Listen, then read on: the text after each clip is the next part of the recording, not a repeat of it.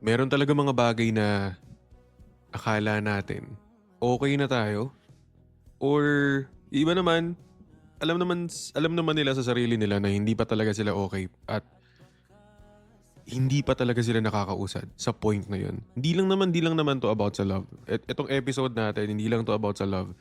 It can be sa pangarap mo, sa friendship mo, sa friends mo I mean, and kung ano pang multo mo yun. Kaya yung title ng episode ko ngayon is San Ka Hindi Makalaya? Siyempre, if you're a listener dito sa Wheel Talks, or kung bago ka man, meron kasi yung trending na song, di ba? Yung Multo. Yung Multo ng Cup of Joe. So, shout out sa Cup of Joe for that amazing song. So, yun, merong song sila na ang ginamit nilang lyrics doon ay, ano yun, yung hindi na makalaya. Ano yun, di na dalaw mo ko bawat gabi. So, parang, alam mo yun, that certain thing, it still haunts you.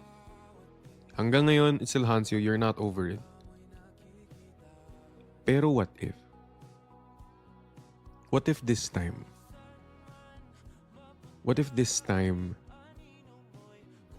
gusto mo na talagang makalaya?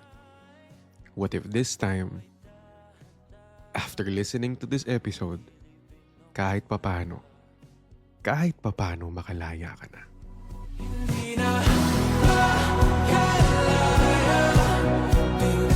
So hi, ako si Will and this is Will Talks and welcome to our episode 25, San Ka Hindi Makalaya? So yun, alam mo, feeling ko bagay na bagay to dapat itong episode 25 ko na to. Dun sa Halloween episodes ko nun. Sa Halloween episodes ko nun, yung nakalimutan ko na kung anong episode, sobrang dalang kong nag-upload. And by the way guys, sa mga nanonood ngayon, I will be uploading this on Spotify of course. And para sa mga nanonood ngayon, I'm live on TikTok. I'm live now on TikTok. Subscriber only live siya. So hello din sa mga from TikTok world, hello. And sa Spotify manonood, sana magustuhan nyo tong episode na to kasi meron tayong mga babasahin na stories when it comes to, yun, hindi ka makalaya. Or when it comes to your multo. Kaya ko rin sinabi na perfect tong kaya ko rin sinabing perfect tong episode na to sana sa Halloween kasi nga multo. And sakto naman, nagkaroon ako ng episode nun na Halloween theme na yun? Takot sa horror tapos tapos na ghost. Basta ganun ang theme nun. Pero ito kasi it's a different kind of multo. This is a multo na alam mo yun, dinadalaw ka, hinahunt ka, na kahit alam mo yun, ayaw mo, pero andyan eh. Naalala mo eh. Andyan pa rin boss. Kahit saan ka mapunta, kahit saan, alam mo yun, ano man makita mo, ano man mapuntahan mong lugar, meron at merong naghahunt sa'yo. At yun yung mga bagay na gusto mo na sanang kumawala dun. Okay, question. Para dito sa mga nakasub sa atin. In all honesty, gusto mo ba talagang lumaya? Or gusto mong bumalik sa moment ng life mo na yun? Kasi 'di ba? Hindi ko din like I'm wondering, gusto ba talaga nating lumaya sa isang bagay na tinuturing natin na multo? Kasi kadalasan or most of the time na nababasa ko dito sa live, ang multo nila is tao, 'di ba? Someone yung multo nila. Like for me ang multo ko personally is moments na hindi ko nasabi nun or moments na before mag-pass away yung grandmother ko. Yun yung multo ko. That's my multo for me. Kasi feeling ko dapat baka may nasabi pa ako noon, may mga hindi ako nagawa noon na hindi ko na kayang balikan ngayon. Para sa akin yun ang multo ko kasi wala nang return eh. Di na pwede maulit kasi tapos na. And it still haunts me right now na yung mga what ifs ko nung araw na yun. Kaya kayo, yung tanong ko sa inyo, gusto nyo ba talagang lumaya or gusto nyo bumalik sa moment na yun? Sabi sa akin dito ni Boss Larry, ayoko lumaya. If ever pwede bumalik that moment, I will go back. Sabi ni Boss Trinity, for me, gusto kong bumalik sa life na yun. Ayun. Kaya I'm wondering gusto ba talaga nating lumaya o hindi lang talaga tayo masaya sa naging outcome? 'Di ba? Gusto ba talaga natin lumaya o hindi lang tayo naging masaya sa outcome na to?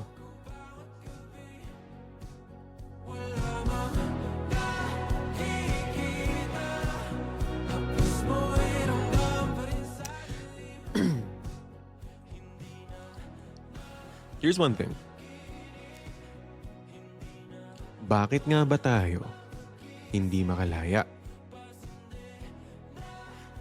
Bakit nga ba tayo hindi makalaya?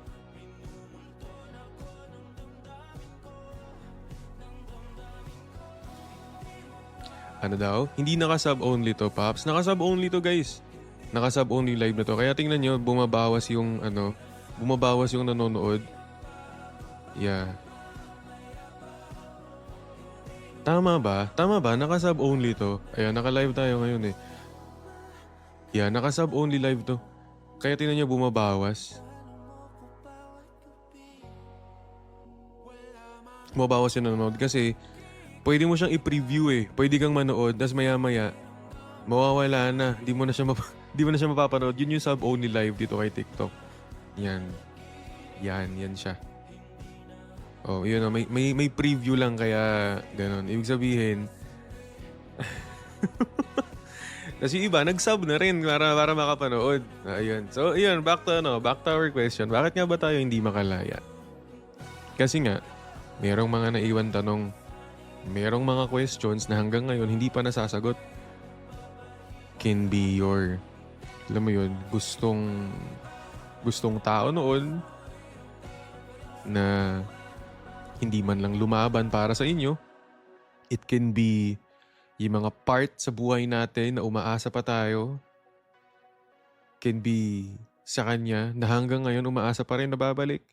Alam mo, may nakita ko isang TikTok video eh. Yung pumunta sila sa lugar na dating pinupuntahan nila dati. Or pumunta siya sa lugar na dating pinupuntahan nila dati. Tapos, flashback. Naalala mo.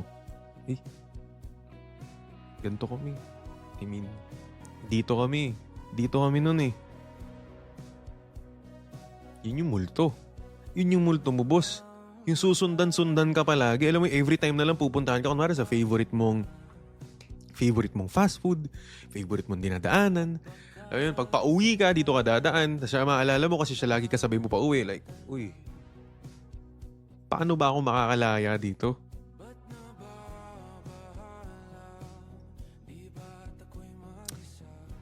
Meron ako nabasa na sinabi na healing isn't linear.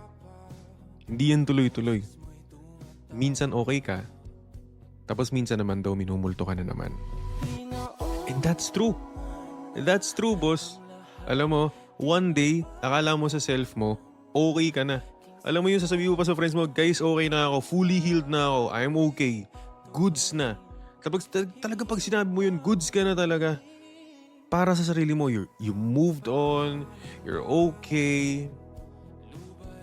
Tapos bigla mong maaamoy yung dati niyang pabango. Bigla kang makakakita ng bracelet na dating bigay niya. Tas, di ba? Bakit ganun? Kala ko okay na ako. Pero bakit ngayon naiisip ko, oo nga. Ba't ba kasi hindi siya lumaban nun?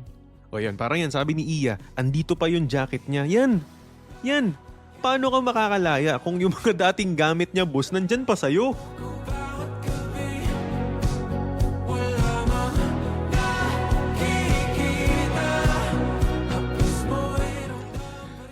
Pero ano nga ba mangyayari pag hindi ka bumitaw? Pag hindi ka lumaya? May nabasa akong term, ang sabi niya, you live in pause. 'Di ba? Ano to eh, parang kadikit to nung sinabi ko dati sa mga past episodes ko na hahayaan mo ba na yung pagkawala nyo ng closure, kasi may mga taong hanggang ngayon naghihintay ng closure kaya hindi makalaya. Kaya hanggang ngayon daw, minumulto. Pero paano kung hindi talaga mabigay yung closure na yun? So dyan ka na lang? I mean, ang sarap sa feeling ng merong closure pero hindi sa lahat nabibigay yun. Hindi sa lahat nakakakuha nun. Swerte mo na lang kung isa ka sa mga taong naka-receive ng closure without you asking for it, di ba? Swerte mo na lang, boss. Hayaan mo na lang ba yung sarili mo na lagi ka na lang nandyan? Na dyan ka nang talaga, yung, alam mo yung usad face mo, nakapause lang kasi nga wala kang closure. Kasi nga minumulto ka kamo. And sometimes you gotta accept. Sometimes you gotta accept na pag nag-end na, yun na talaga. And naalala ko kanina, di ba sinabi ko sa inyo, yung multo story ko, kung ano yung multo ko, it's about my moments with my grandmother before she passed away. Pero hindi lang naman ako yung merong kwento. Kaya rin ako nag-live dito ng episode 25, saan ka hindi makalaya. It's a question na syempre tanong ko sa inyo. At for this episode, ang dami-dami na ring nagre-request. Kuya Will Talks, pwede ba habaan mo naman yung episode mo? Wag naman 12 minutes lang. Wag naman 15 minutes lang. Pwede bang habaan mo na may episode mo na para daw kapag nag-aaral sila, may napapakinggan sila. Uy, sana nga nag-aaral talaga. Hindi lang basta-basta nakikipaglandian dyan. Ano? Para naman daw pag nagda-drive, may napapakinggan. Bago matulog, may napapakinggan. Pero eto na. Eto na yun, guys. Eto na yung sagot. Ito na yung mahabang episode natin kasi sabi ko nga, we're live now on TikTok, sub-only live, tapos diretso upload pa to sa Spotify. Para sa inyo, para sa mga nakikinig ngayon sa Spotify. Alright? Kaya ngayon, nagbabasa tayo ng kwento nyo. Meron ako dating segment dito sa Will Talks back 2022 pa to. Ang title nun, This Person Said. Bakit this person said? Kasi this person said this person said that. Ito yung kwento nila. And now, I decided to bring it back sa TikTok. Yung Saturday Stories with Will Talk. So, I decided to bring it back. At naisip ko rin naman, why not dalhin ko rin sa Spotify, di ba? Why not dalhin ko rin sa Spotify para kayo, ngayong mga nandito sa Spotify, mapakinggan nyo rin to. And well, this is your stories. And basahin natin yung unang kwento natin. Unang sumagot sa tanong na, saan ka hindi makalaya?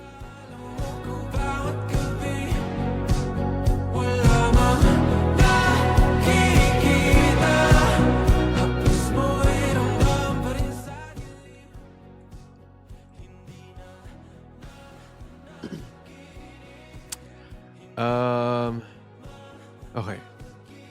You guys ready? Dito sa TikTok, you guys ready? Alright? You ready, guys?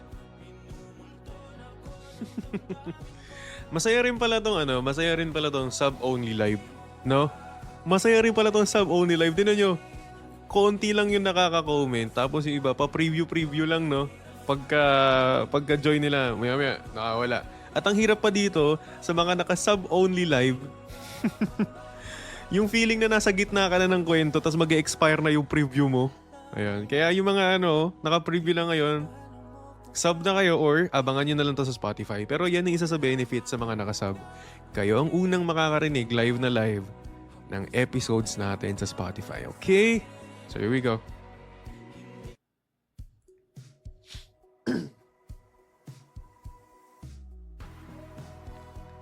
So this person said, Hi Will, hindi ako makalaya dahil kahit anong gawin kong paglimot, kahit ilang ulit kong sinabing tapos na, may parte pa rin sa puso ko na umaasa.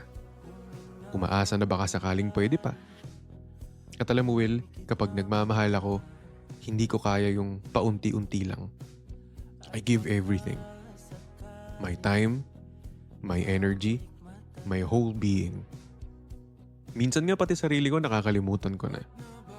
And maybe, that was my biggest mistake. A year has passed since everything fell apart. Pero hanggang ngayon, bawat alaala, sariwa pa rin sa akin. I've always been the type who wants to know everything. Curious, eager, sometimes too much. That side of me gave me strength, but it also made me reckless. I did things that hurt someone I deeply cared for. I let my questions get in the way of the peace we had. He was my first boyfriend, the one who made me feel how it is to be chosen every day. And during those moments, during those months we were together, I felt alive, like I finally found a home. But I became too needy, too intense. Maybe he got tired, maybe he wanted space too. We still talk from time to time, but recently, I chose silence. Because I still remember the words he told me. It's been a year, Tin. We should move on. I agreed. I even tried. Talked to others. Went out. Laughed. Smiled. But nothing worked. No one felt like him. He once said, I did my best, Tin. But I was never enough for you. That broke me. Because he never knew he was enough. More than enough. He was everything I didn't know I needed. And if I could turn back time, I would have held him tighter, chosen him better, loved him with more patience, more calm, and less fear. But life doesn't give us rewinds. Now all I have are memories. The way he looked at me when he thought I wasn't watching. The way we laughed like we had all the time in the world. The way we called each other boo, like a language only we understood. Will, I miss that. I miss him. I miss us. I know we weren't perfect. We had flaws. Plenty of them. But I still believe love isn't meant to be perfect. It's meant to be honest and real and worth fighting for. Ending what we had felt like the most immature thing we ever did. And though it's been a year, the truth is, I still believe in us. We may never be what we once were, but in another lifetime, in another version of us, I hope we choose each other again.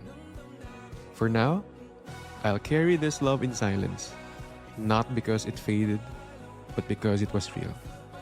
And even if it didn't last forever, I'll forever cherish the kind of love I once held in my hands.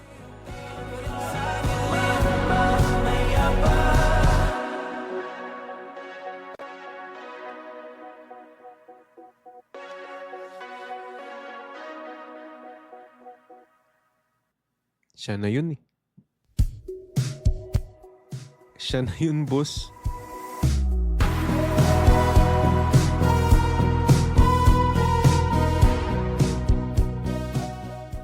Unang story, unang bagsak. Unang story, unang bagsak. And if I could turn back time, I would have held him tighter.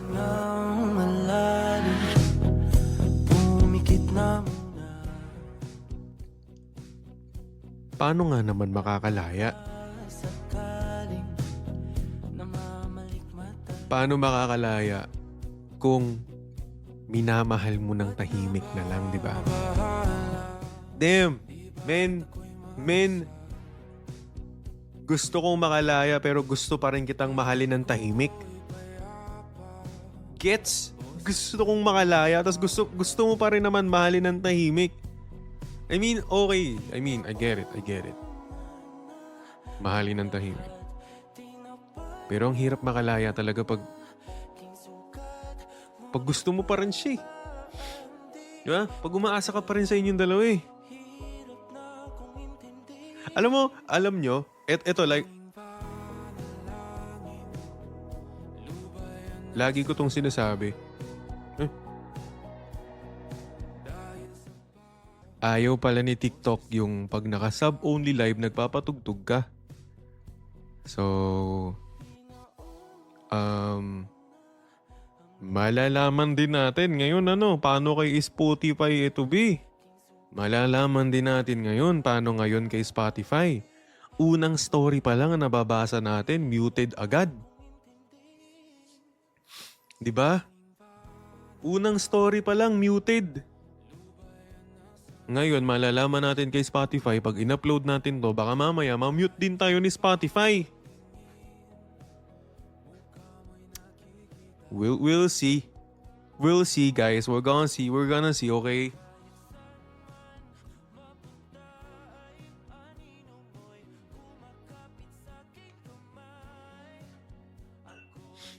Let's see, guys. Let's see. Pero yun,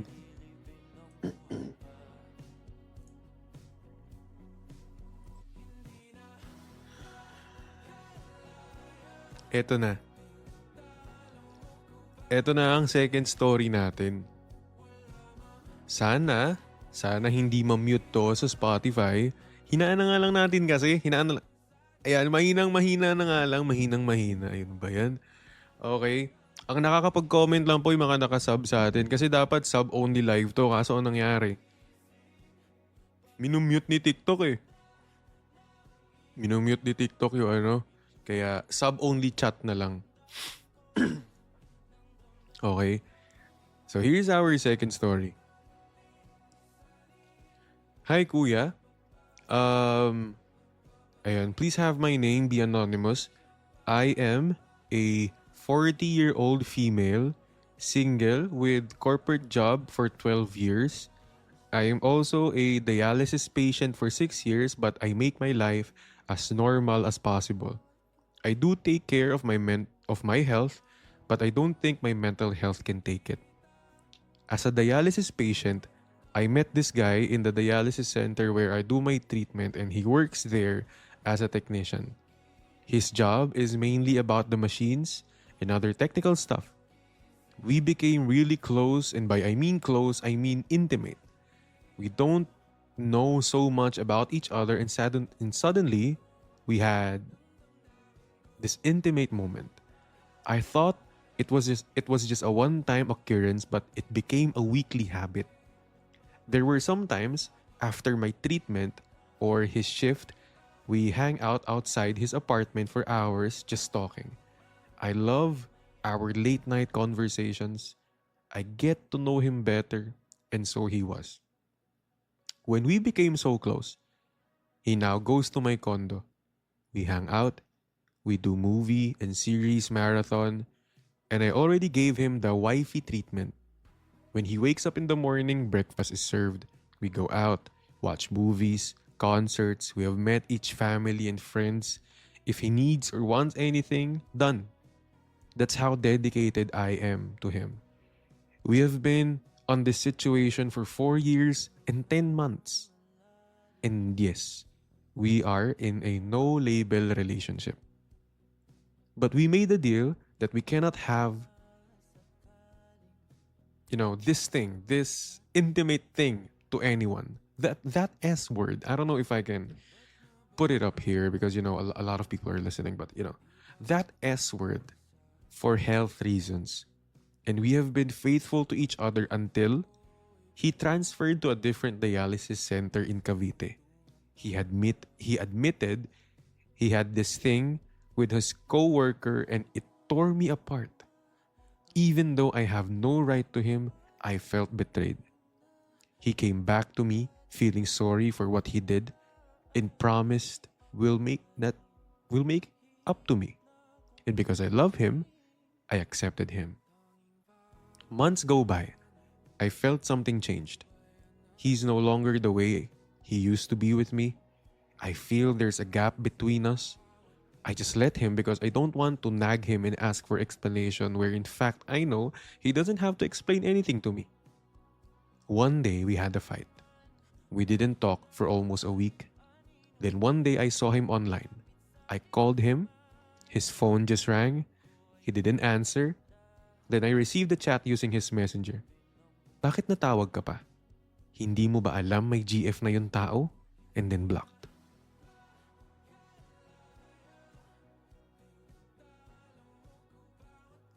Knowing him, he doesn't block people. So I thought, yeah, might be his girlfriend. But why didn't he tell me? Again, I felt betrayed, but the thing is, I didn't even cry. I'm like, okay, I guess it's time for me to move on. Months go by and we have no contact, no chat, no text, no call. Then one day, our communications opened again.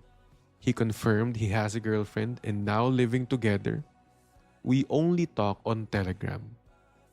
I know. Cheaters move. We only talk. Video call when he's not with his girlfriend. He'll inform me he's about to go home, so we need to cut communications for now.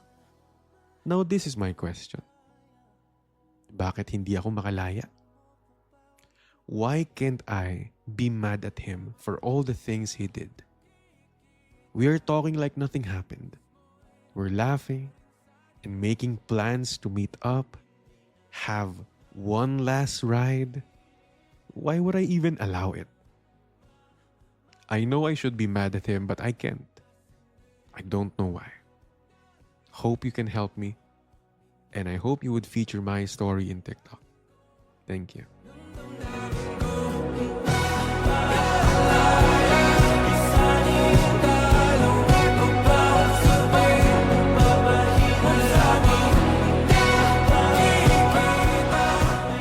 I don't know if I can be. Hindi ko alam kung makakatulong ako ah. Pero chat, can you give me your thoughts too? I'm can you give me your thoughts too? Hindi ko lang, I mean, love yourself enough to the point na alam mo yung deserve mo na pagmamahal.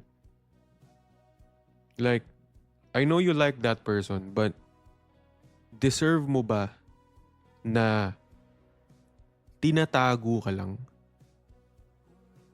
Deserve mo ba na magkaroon ng pagmamahal na mayroon kang maaapakan pa na tao? Yun ba yung love na deserve mo? Just because you really, really love that person too?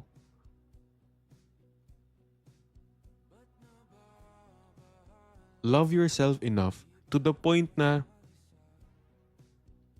hindi ka na magsisettle sa, uy, kailangan na natin, mamaya na tayo mag-usap. Di ba?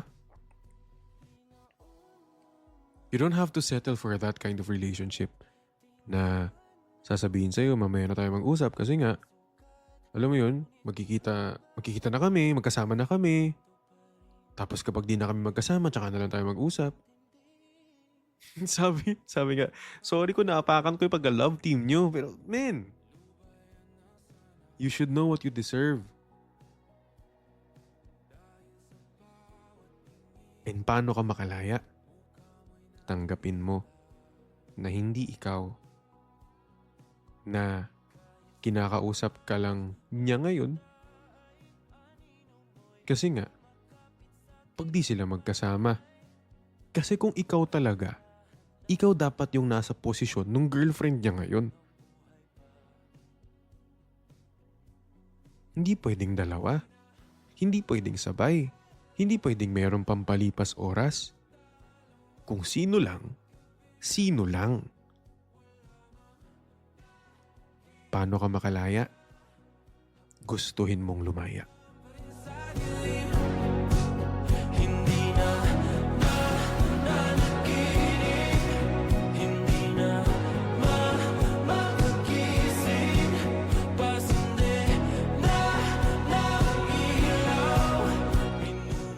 Okay, we're next is our, third story na tayo, boss. Third story na tayo. Okay, so recap lang ng unang stories natin. First story natin, we were muted But hopefully, when I upload this on Spotify, sana hindi siya ma-mute. Second story, Telegram. Yun talaga naalala ko. First story, muted. Second story, Telegram. Okay? And now, this is our third story.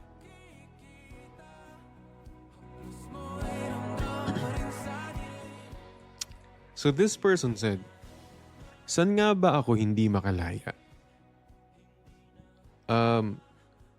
Sa mga memories ba? Sa kung ano kami dati? Sa mga pangako namin sa isa't isa? Sa kanya? Or sa dating siya na minahal ko? For almost 2 years na naghiwalay kami.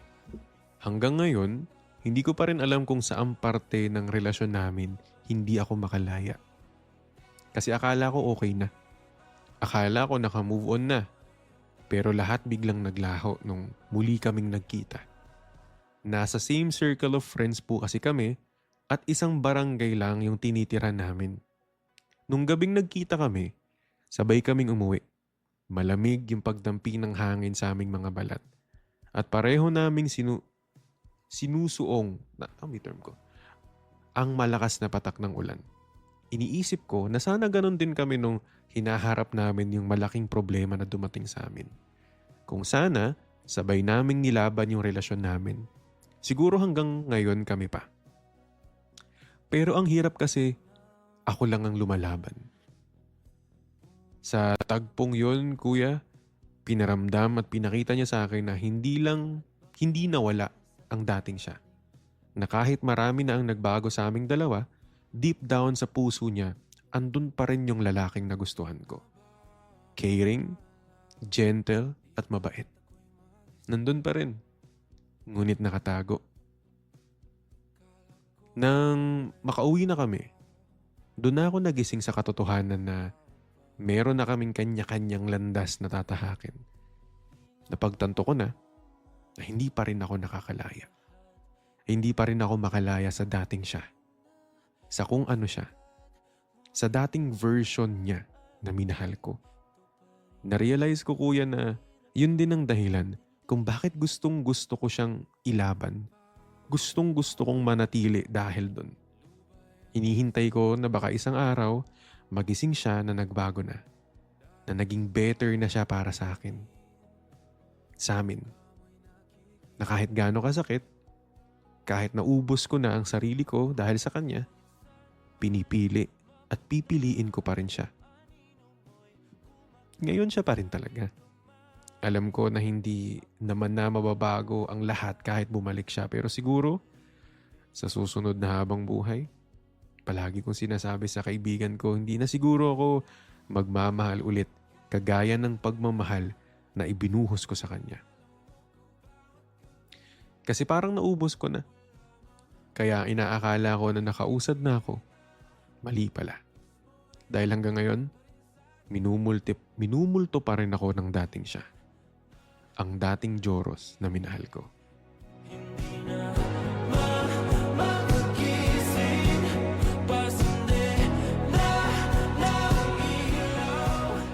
Old version of you. I still love the old version of you. At nag-name drop pa. Grabe ka na, Joros.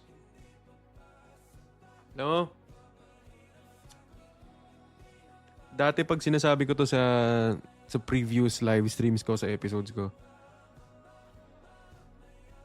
wag kang manghihinayang sa memories. Or pag meron din nagtatanong, di ba? Ba't di ka maka-move on? Kasi nanghihinayang ako sa memories. Ba't di mo siya mahiwalayan? Kasi nanghihinayang ako sa memories. Ngayon, bakit ka hindi maka-move on? Ba't ka di makalaya dyan sa taong yan? Kasi you still love yung version ng tao na yun na hindi naman na siya. Alam mo yung parang mahal mo pa yung 2022 version niya, ang layo niya na dun. 2025 na. Ibang-iba na yung taong minahal mo noon. Tsaka kung sino siya ngayon. Hindi na ako yung minahal mo. Ganun moments man. Ganun moments. Grabe pag itong mga story na to, may pag name drop pa eh. Talaga may pag name drop pa kayo ha. Okay. Okay, recap tayo. Ano to? Third story. Ano babansag natin sa third story natin? First story, muted. Second story, Telegram. Third story, Joros. Third story, J Moment. Third story, Joros. Grabing recap yan. Oh guys, recap. First story, muted. Second story, Telegram. Third story, Joros. Okay. Let's go. Tama? Tama, chat. We're live now on TikTok nga pala. By the way, hello to Spotify people. Sana hindi to ma-mute. At abangan nyo na lang to bukas. Sana pag napakinggan nyo to, it's May 13 para sakto. We're recording it now on TikTok, May 12. Pero ayun. And let's read our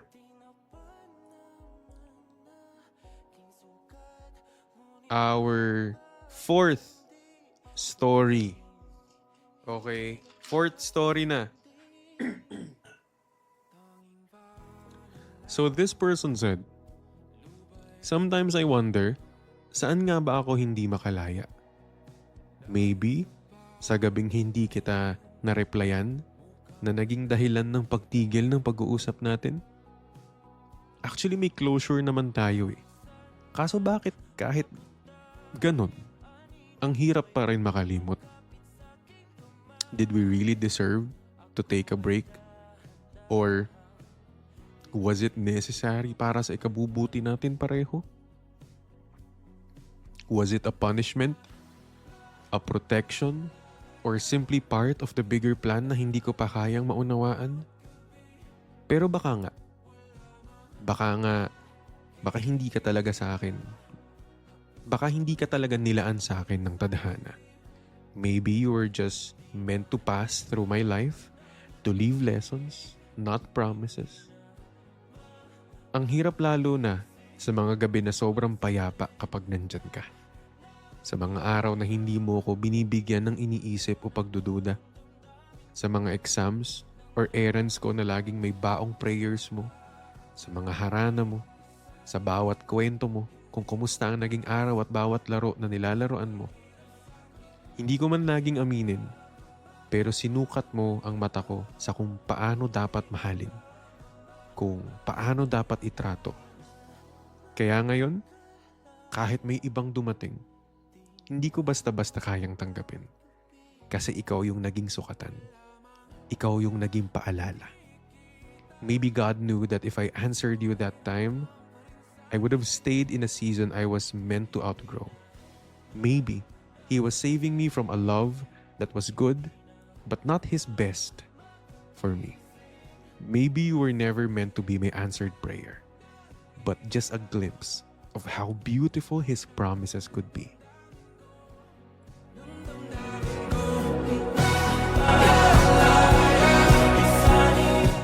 Aray ko, min!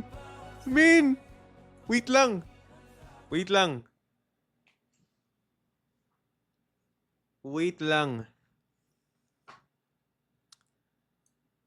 Pwede bang... Boss, yung line, maybe you were never meant to be my answered prayer, but just a glimpse of how beautiful His promises could be. Gaano ka ka-broken at nahugot mo yung linya na yun?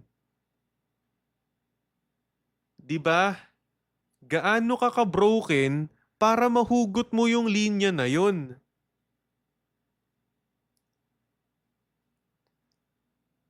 Napasabi pa na. Tawag doon, sinukat mo yung mata ko sa kung paano dapat mahalin, kung paano dapat itrato. Ikaw ang naging sukatan, ikaw ang naging paalala. Men! Ay!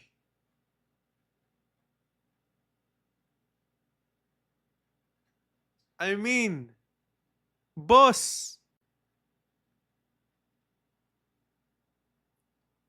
grabe naman na to.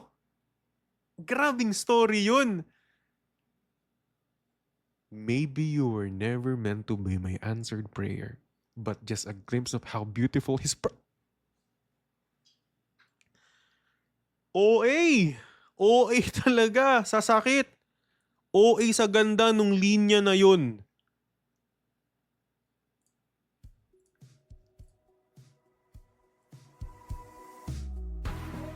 Alam nyo, iko-content ko yan, nakalagay dyan. Episode 25. San ka hindi makalaya? Maybe you were never meant to be my answered prayer, but just a glimpse of how beautiful his promises could be. Di naman kabisado ko na, boy! Sasabi. Sa sobrang ganda ng linya, makakabisado mo eh. Okay, recap tayo. First story, muted. Second story,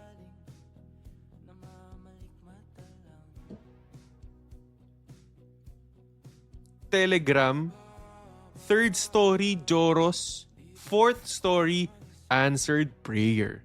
Let's go. Alright? We good, chat. We good. Grabe, ang ganda nitong episode 25 na to pag naka-release na sa Spotify. Pero hindi yan magiging maganda kung mamamute. So, Spotify palambing naman. Ngayon lang ulit ako babalik sa Spotify. Sana naman wag nyo pong i-mute pag naka-upload na to. A-upload ko to po bukas. Sana po wag nyo pong i-mute. Thank you po. We're currently live now on TikTok, by the way. So here's our fifth story.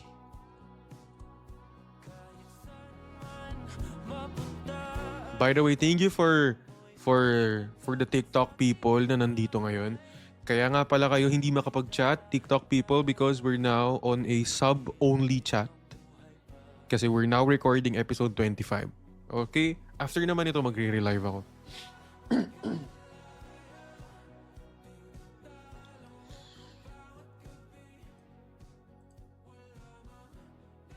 So this person said, "Saan ka hindi makalaya? I'm about to get married last year, pero hindi natuloy. Nasa simbahan na kami. Ang tagal ko sa bridal car, pero walang sinasabi yung coordinator namin sa akin. Wait lang daw ako dun, bigyan na lang nila ako ng sign if bababa na ako. Siguro nasa 30 minutes na akong naghihintay sa sasakyan. Tinanong ko na yung coordinator namin bakit hindi pa ako bumababa. Sabi niya, late daw si groom. Pero ang alam ko, kanina pa sila andito. Pati daw parents ni groom wala pa. Nagtataka na ako kung bakit. Buti hawak ko yung phone ko. Sinubukan kong tawagan si mama, mami ni groom.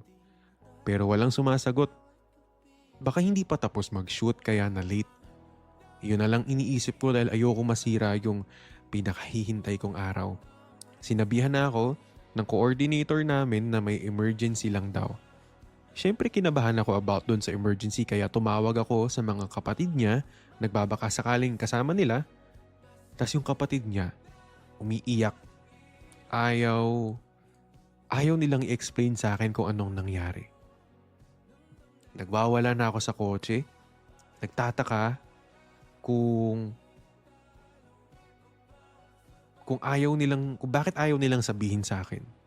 Tinanong ko kung nasan sila, sabi nila nasa hospital sila. Siyempre, kinabahan ako about dun. Nagtanong ako sa coordinator if pwede pumunta sa hospital to check.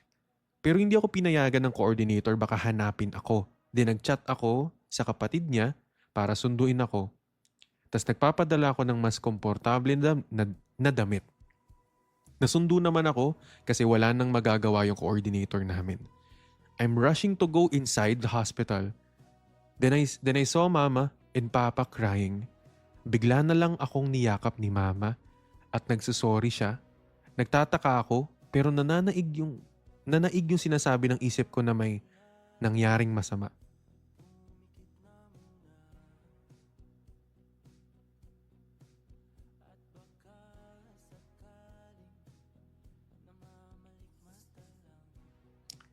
Tapos biglang nagsalita si Papa.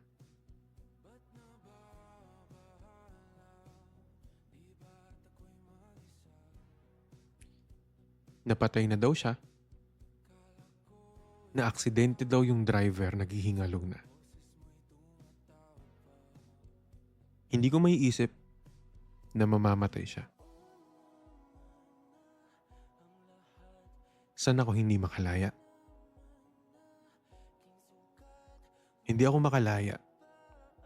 Kada gigising ako, makikita ko yung anak namin na kamukhang kamukha niya na hindi niya naabutan. Lubayan na sana dahil sa bawat tingin mukha mo'y nakikita. Kahit saan man mapunta ay anino mo'y kumakapit sa aking kamay. Ako ay dahan-dahan nililibing ang buhay pa. Nag-comment pa, may iniwan siya for her. Kalaya, tinatala mo ko bawat gabi. Wala mang nakikita. Haplos mo'y ramdam pa rin sa dilim. Hindi na nanaginip. Hindi na Men, wait lang. Wait lang. Alam nyo, ako habang binabasa ko, nanginginig ako kasi lahat ng story binabasa ko, first time ko tong binabasa lahat dito sa live ko. Ang unang mga nakabasa nito, yung dalawa kong PA, ayan, si Mia, tsaka si Aliyah. Sila nagsusort ng mga stories ko randomly. Pero men, boss, hindi ko ma-imagine yung mga hindi nakasub ngayon. Hindi ko ma-imagine yung mga hindi nakasub ngayon. Feeling ko gusto na nilang magwala sa comsec. Sa comment section, feeling ko talaga gusto na nilang magwala sa comment section. Kaya mamaya pagka-relive ko, magwawala yung mga yan. Tingnan nyo, magwawala yung mga yan mamaya. Feeling ko gusto na nilang magwala, boss. Ramdam ko eh. Ramdam ko, boss. Man.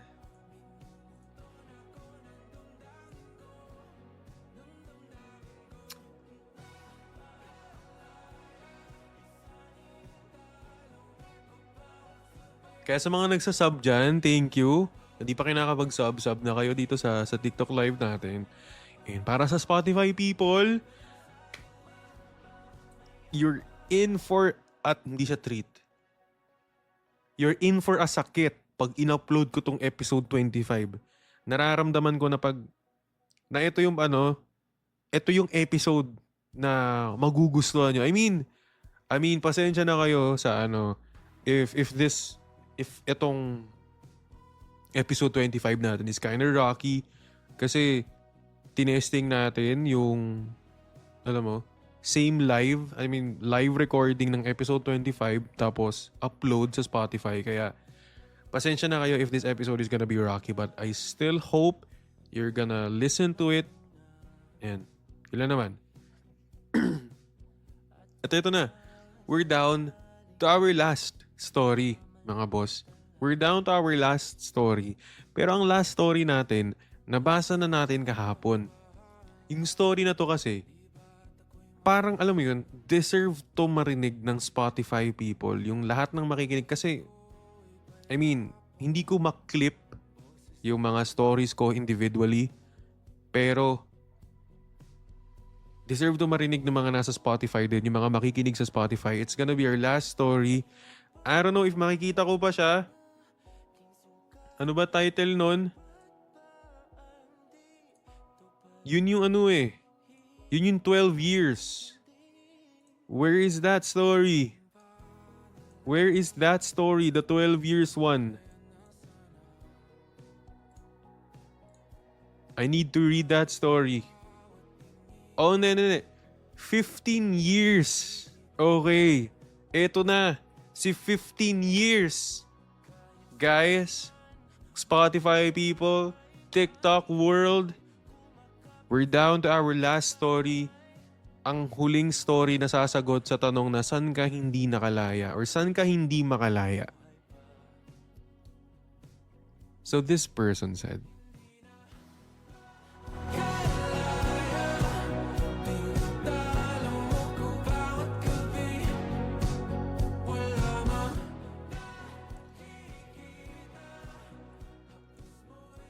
Hi Will, I don't know if this will get aired or not, but honestly, this story of mine is something that's been hard for me to share, but maybe it's time. You see, my multo wasn't just my ex or my friend, but my fiance. For 15 years, we were together. 15 years, bro. We were high school sweethearts, college partners, hanggang nag-work kami. We went through everything. The ups and downs, the petty fights, the big life decisions. And after all those years, we finally decided to get married. Para sa akin, she was the one. My forever, my best friend, my partner in crime. On the day of our wedding, I was standing at the altar, sa harap ng simbahan, waiting. I was standing there, smiling, shaking a little with excitement. I was looking at the doors, just waiting for her to walk down the aisle. Pero ang sakit. Kasi I was waiting for nothing. She never walked through those doors. Hindi ko in-expect yun. Akala ko sa mga movies lang nangyayari yun, pero hindi pala. Nangyayari pala talaga sa totoong buhay. For 15 years, I gave her my best. I loved her with everything I had. Yung tipong kahit pagod ako, kahit may mga pagkakataong hindi ko na kaya, I still made sure na nandyan ako for her. Lahat ng pangarap ko, sinama ko siya. Every plan, every dream, kasama siya dun. I never saw myself without her. Pero alam mo, Will, minsan kahit gaano ka pa kabait, kahit gaano mo pa kamahal yung isang tao, if it's not meant to be, hindi talaga. And that's the hardest part. Yung tanong na, saan ako nagkulang? Keeps echoing in my head. Bakit? After all these years, ganun pa rin ang ending. Ang sakit. Sobra. Parang hindi lang puso ko yung nabasag, parang pati kaluluwa ko iniwan. Pagkatapos nun, gabi-gabi ko siyang napapaginipan. I would wake up thinking she was still beside me. Minsan nga may mga araw na parang naririnig ko pa yung boses niya sa bahay. That's why I called her my multo. She's gone, pero andyan pa rin sa utak ko, sa puso ko, sa paligid ko. Hindi ko alam paano mag-move on. Hindi ko alam paano bumangon. My friends would tell me, pre, magpalipas ka muna ng panahon, maglibang ka, mag-travel ka. Pero kahit anong gawin ko, wala. Balik pa rin ako dun sa alaala namin. Kahit sa simpleng kanta, simpleng amoy, simpleng lugar, everything reminds me of her. You know, I guess what hurts the most is not just that she left, but that she left without a goodbye. Wala man lang paliwanag, wala man lang closure. Isang araw, nagpaplano pa kami ng honeymoon, tapos the next, I was left standing sa harap ng altar alone. Pero sabi nila time heals all wounds. Hindi ko pa alam ngayon kung totoo yun, pero siguro, may katotohanan nga. Ngayon, I'm learning little by little to let go. Sabi ko sa sarili ko, I can't stay stuck in the past forever. Kahit mahirap, kailangan eh. And to anyone listening to this right now, kung nasaktan ka, kung iniwan ka, kung nararamdaman mo na parang sinira ang buong mundo mo, I just want you to know hindi ka nag-iisa. You are not alone. And it's okay to grieve. It's okay to cry. It's okay to break down. But promise me, when you're ready, try to stand up again. Ngayon, slowly, I'm trying to rebuild myself. Hindi madali, pero unti-unti. Lumalabas na ulit ako with friends. I'm spending more time with family and I'm trying to find joy in small things. Sabi nga nila, isang araw sa isang pagkakataon lang. Baby steps, ika nga. So Will, thank you for giving people like me a platform.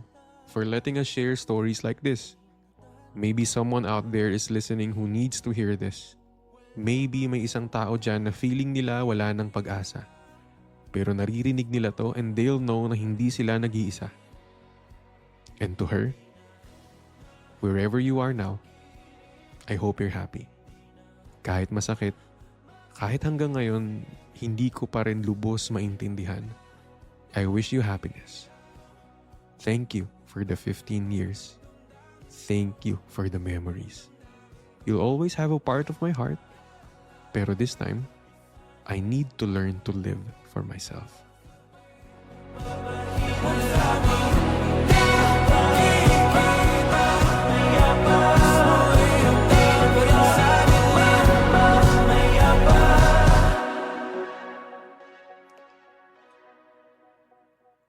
"15 years. 15 years.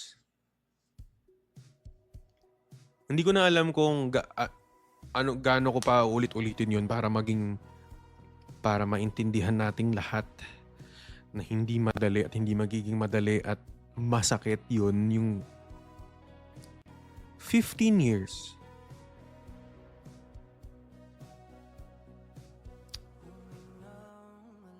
Tas wala pang closure. Nawala lang basta. Di mo alam kung nasa na. Wala ka ng balita. At ang hirap nun, yun yung naging kakampi mo sa 15 taon. Yun yung naging kakampi mo, kasama mo, sandalan mo, kakwentuhan mo. Tapos biglang mawawala sa'yo yung kakampi mo. For 15 years, that person was there beside you. Alam mo yung, kunwari puyat ka. I mean, I don't know if this is a great comparison or analogy ko naman tawag dito. Sabi ko, puyat ka. Nasanay ka na lagi ka nagpupuyat. Hinahanap-hanap na ng katawan mo, di ba? Body clock mo na. Nasa sistema mo na yun.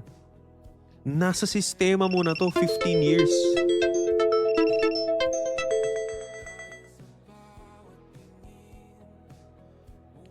Nireconnect ako ni TikTok. Alam mo, kanina pa nasasabotahe itong live stream ko. Pero ayun, nasa sistema mo na to, boss. Nasa sistema mo na tong tao na to. For 15 years. Yung masanay ka nga lang sa isang bagay for a week, for a month, ang hirap ng alisin, ang hirap ng baguhin sa routine mo. Yung maging parte siya ng routine mo for 15 years. Tapos one day, you're gonna have to move on.